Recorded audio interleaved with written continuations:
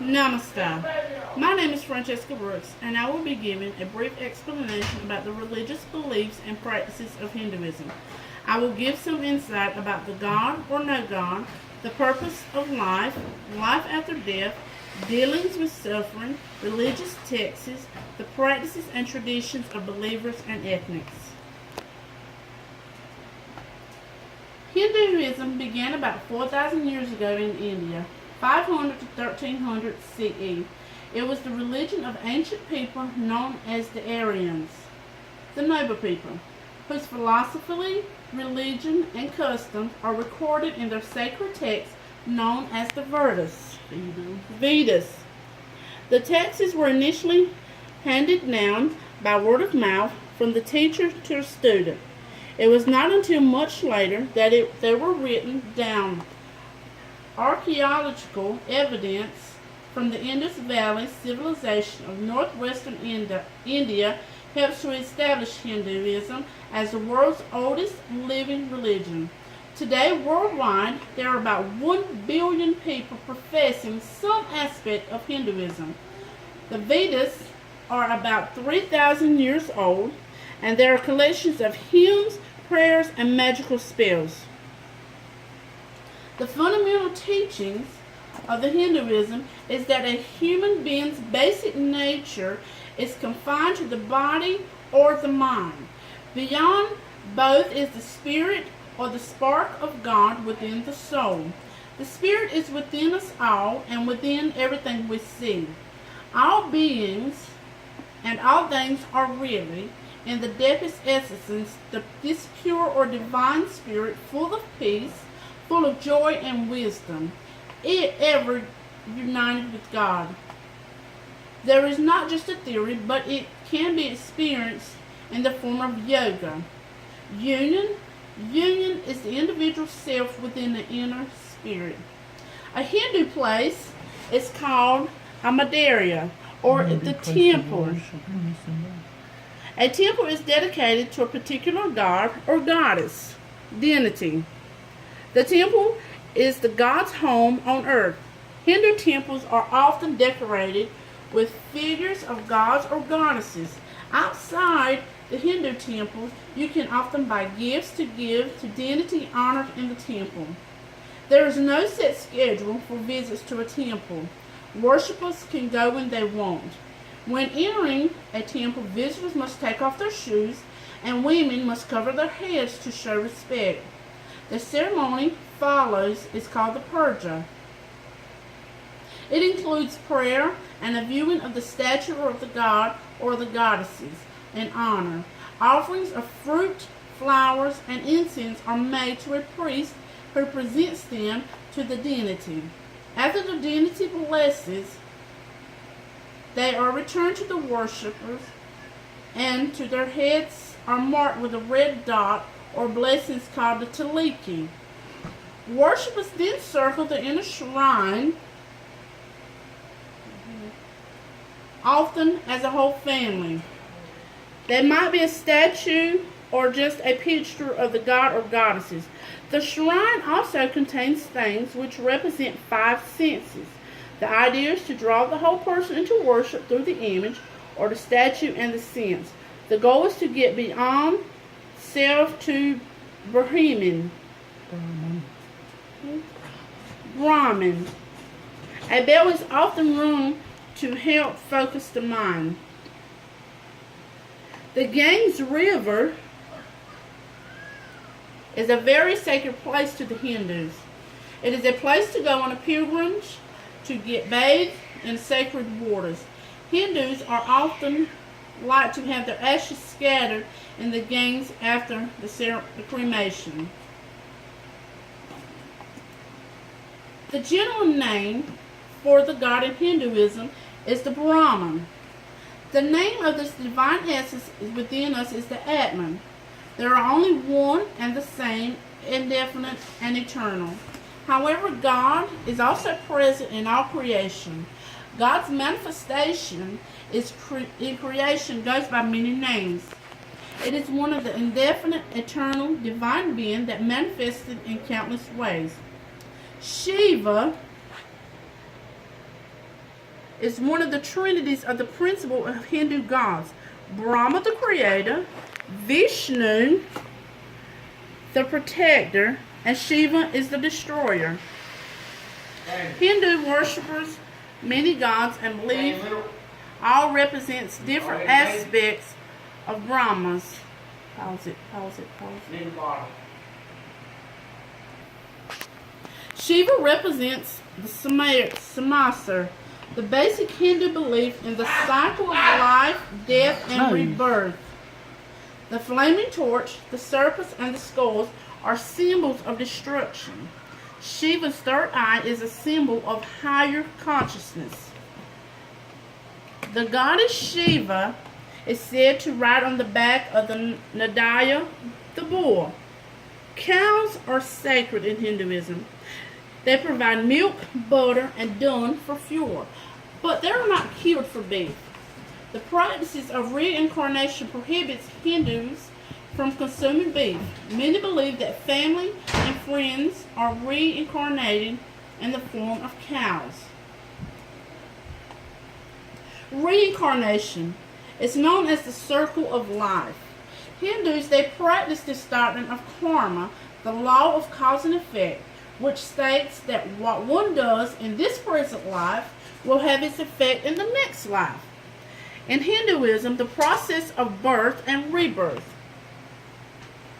the transmigration of souls, is endless until one achieves a moksha, or a liberation from the process. Moksha is achieved when one realizes that the eternal core of the individual, which is the Atman, and the absolute reality, the Brahman, are one. Thus, one can escape from the process of death and rebirth. Reincarnation also helps to create the caste system within religious regions where Hinduism is prevalent. The caste system is dictated by the code of individuals' behavior called dharma. This is determined by the place of society and the duties associated with it. There are four main social positions: the Brahmins, which is the priests and teachers, rulers and soldiers, merchants and workers. Yoga is an important part of the practice of Hinduism. It promotes self-discipline of the mind and the body. Many Hindu holy men give up family and possessions to be free to wander and to seek the union with the Brahman. So this is a video about yoga, and it deals with the sore muscles on this particular video.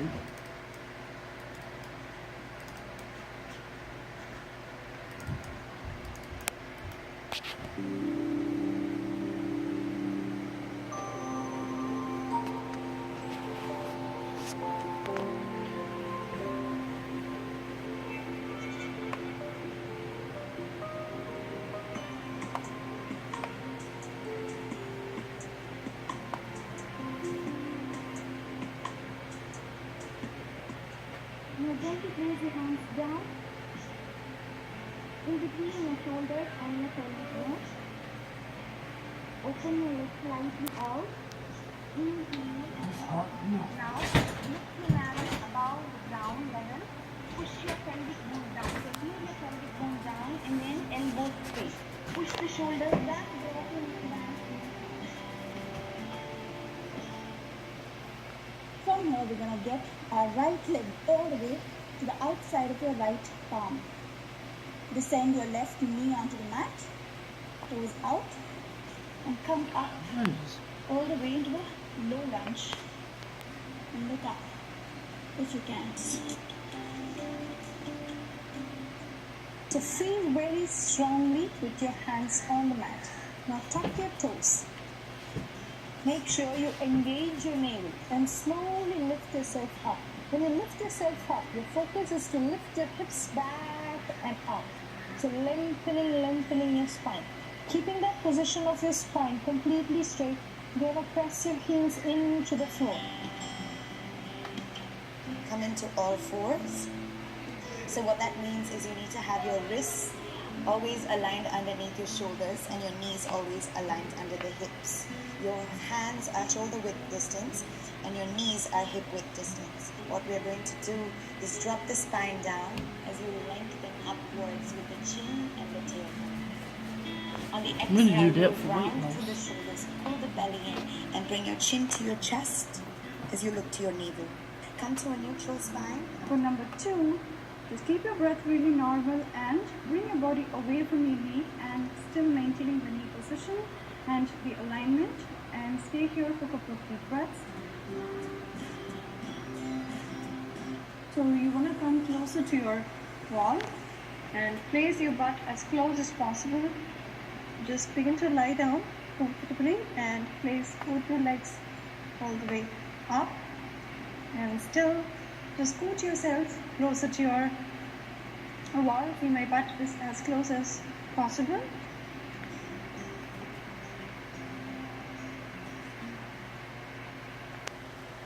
Diwali is the festival of lights. Light represents knowledge. It is celebrated in the late October and early November. This is a Hindu New Year. Here is a video. At any time of year, a visitor to India can be overwhelmed by its beauty and color. But a visitor in late fall is especially fortunate. The temperature will have cooled down, the monsoons will have not yet begun, and Diwali, Festival of Lights, is at hand. Diwali is to many Indians what Christmas is to Christians. In essence, it commemorates the victory of the forces of light over the forces of darkness. To experience it fully, get up before dawn and head for the flower markets. Here, flower vendors work feverishly to create garlands of fragrant jasmine that Indians will use to adorn their homes. By dawn, they'll be sold out. Next, head for one of the temples, but go early. Later on in the day, they'll be packed. On your way over, you may see a curious sight. People hunched in front of their doorways, pouring colored sand on the ground. The sand takes the shape of a lotus blossom, a symbol of welcome, and today, millions of symbols of welcome will grace the nation's doorways. Indeed, Diwali is all about sharing. If you're staying in a private home, don't be surprised if the neighbors show up with plates of delicious holiday treats.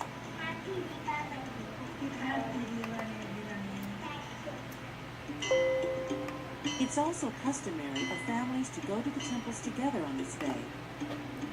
They often dress in fine new outfits, purchased especially for Diwali.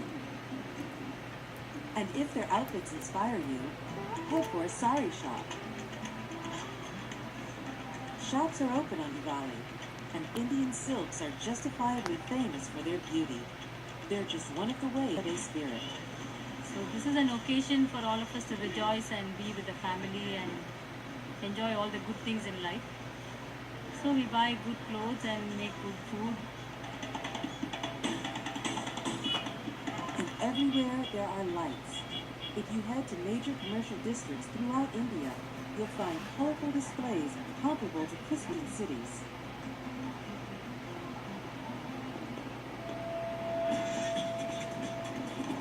Some cities also put on spectacular public displays of fireworks, like this one in Delhi. But no matter where you are, there are smaller, more intimate fireworks displays. A long day of celebrations is coming to an end, and it's going out.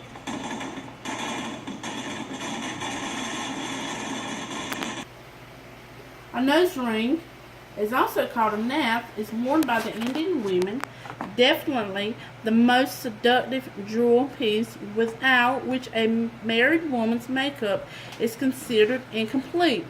It forms an integral part of a traditional bridal jewelry, keeping in view its conventional and scientific value. Aristocratic families get special nose rings created for the bride, and it is considered the most auspicious jewel to be worn on the occasion. Scientifically, it is believed that women having a pierced nose experience less pain during childbirth.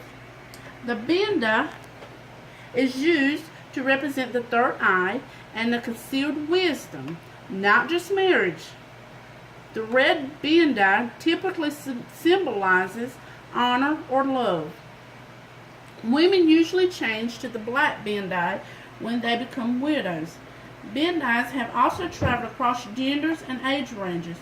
For the younger generations, bindis are typically only worn on formal occasions. A talik is a vermin sindoor marked in its typical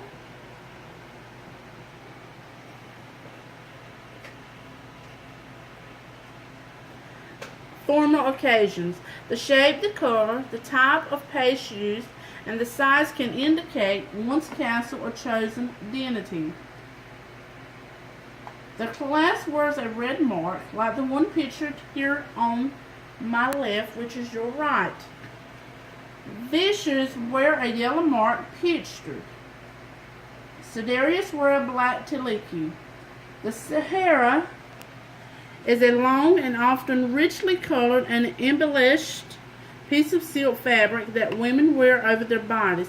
Typically, on Saharians harbor Hindu symbols such as lotus flowers, which symbolize beauty and fertility, or even depictions of gods themselves.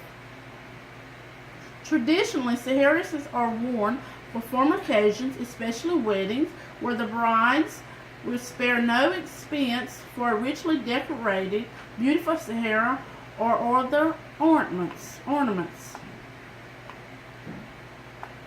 The kaharda is a long tunic that men wear and is almost always ornately decorated. The kaharda is mostly used for informal events and lecture activities.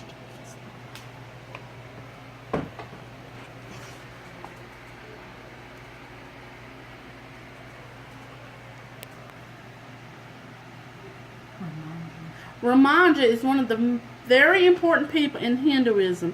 Ramanja taught Hindus that you should worship a personal God, Vishnu, and that the world is the Lord's body. Ramanja constructed a few Vishnu temples in Mysore. He was a philosopher in Hinduism. Sarawati was a very important religious leader in his time period. He was a big promoter for women's rights. He lived in the 1800s. He wrote more than 60 works. Through yoga, asanas, teachings, writings, preachings. He inspired the Hindu nation to aspire to self-governance, nationalism, and spiritualism. Finally, there is no original official symbols in the Hinduism, although the religious symbols sacred to Hinduism is in the mystical symbol. Om symbolizes the fundamental hidden reality of the universe and is the basic sound that the universe makes, particularly the sound of the world soul. Om is often pronounced at the beginning of religious reading or meditations. This symbol can be seen in temples and on jewelry.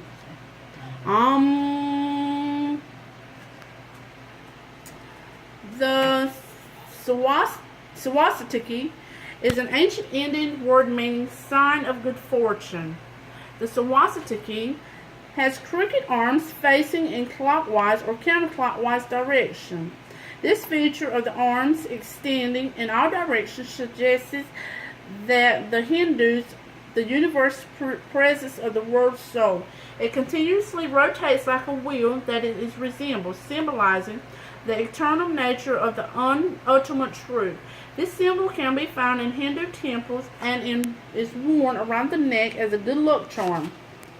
Globally, many people Globally, many people view December negatively since Adolf Hitler and his Nazi party adopted it for their own agenda, and it reminds people of the Jewish Holocaust that occurred in the 1930s. This concludes my video and presentation on Hinduism. I hope you thoroughly enjoyed it, and I hope you have a great day. Thank you.